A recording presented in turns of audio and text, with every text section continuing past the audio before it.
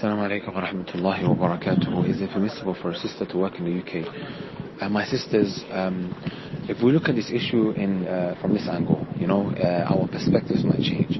Allah Azza wa Jal has honored the woman to such an extent. He's made the man run around for his wife with regards to her provision.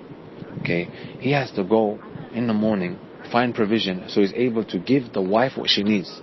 Is there anything better than this type of honor that Allah Azza wa Jal has given the woman, that she sits at home, like a queen, and she doesn't need to go out and be so stressed about work, and also go through that burden of having to wake up in the morning, or to the struggle of being bossed around when she goes out for work, and so on and so forth. It's the man's job. Allah Azza wa Jal made the man a maintainer of the woman, because he has to spend and he has to bring the provision to her. She just sits there, and she can hold him to account if he's not fulfilling this right. So this is if she's married. If she's not married, then the father takes the responsibility of looking after the female members in the family financially.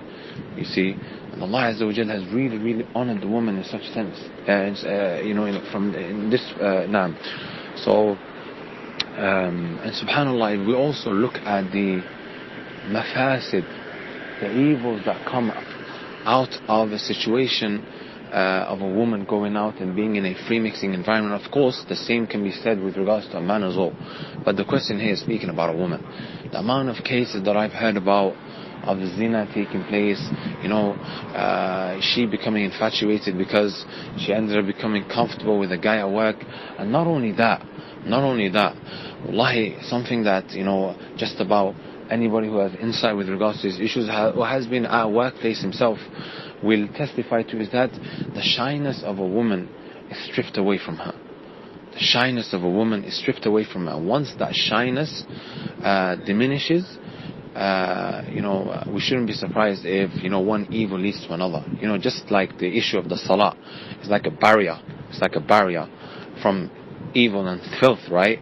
It removes the filth and the evil that a person is going through. As Allah says, Inna salata tanha anil fahsha'i wal munkar. The salah, it removes the filth and the evil. You see. Also, we know the hadith, إذا لم تستحي فاصنع ما شئت. In 40 النووي, if you don't have any shyness, then go and do whatever you want. One of the explanations that is given to this hadith is that if that shyness is no longer present, then you will find that individual just about falling into every other evil. You see, anybody who knows will realize that the moment a sister who's so shy, she's never been around men before, the moment she goes into the environment of free mixing, that shyness day after day, like slowly, you find that it begins to become very, very less, begins to diminish, if not, completely being stripped away. And then fawahish becomes really normal. Just her getting comfortable with the opposite gender will become normal. And sometimes, subhanallah, we've seen cases where, sister may have been at a workplace and she may have been alone with the other guy, and things started breaking out. And even this is something that the Messenger sallallahu alaihi wasallam told us about. ما خلا رجل مع امرأة إلا كان ثالث من الشيطان. Never does a man seclude himself with a woman except that the third one is a shaitan. Also came another hadith where the Messenger sallallahu alaihi wasallam talked about khalwa. When he was asked, when he said إياكم والدخول لا على النساء, beware of entering upon women. The Messenger sallallahu alaihi wasallam was addressing the man. قال فرأيتم الحمو الحمو موت. He said, what about the brother-in-law? The Messenger sallallahu alaihi wasallam said, the brother-in-law is death. If the Messenger sallallahu alaihi wasallam told us about the closest member to the husband, is death, how about any other individual? And even Messenger sallallahu alaihi wasallam told another hadith, خير صفوف الرجال أولها وشرها آخرها. The best of the rows of the men is the one right at the front, and the worst of them are those at the back. وخير صفوف النساء آخرها وشرها أولها. And the best of the rows for the women is that which is at the back, and the worst is at the front. This is when there is still like a distance between them both. Then, because the Messenger sallallahu alaihi wasallam is trying to teach us, the moment they start intermingling with one another, one thing is going to lead to another. This is why you find that, the look is, as Ibn al-Qayyim rahimahullah ta'ala told us, غض البصر هو أصل أصيل في حفظ القلب. lowering one's gaze is like from the biggest of foundations when it comes to preserving one's heart. One look leads to another, and so on and so forth. Ala ayyi hal, I'm going to put a very long message. This is some stats that I found on the Islamic Q&A website previously, and some real life situations of what took place as a result of free mixing at work.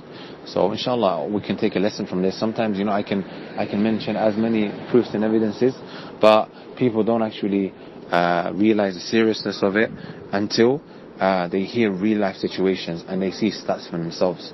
When it should be the fact that after listening to the lines of Allah Azza wa Jal and the Messenger Sallallahu Alaihi Wasallam, it should be sufficient enough.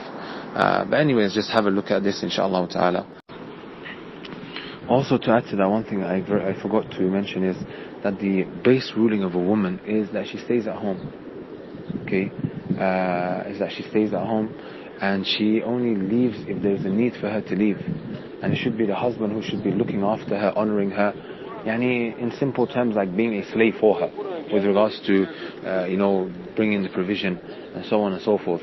As opposed to what happens today in certain households where she's the one that's picking up the benefit and the guy is chilling, maybe in a cafe talking about politics, and they're lying to the government saying that, they're single when in fact they're married, and you find so many problems end up happening. Haram money enters into the household, there's marital problems and so on and so forth.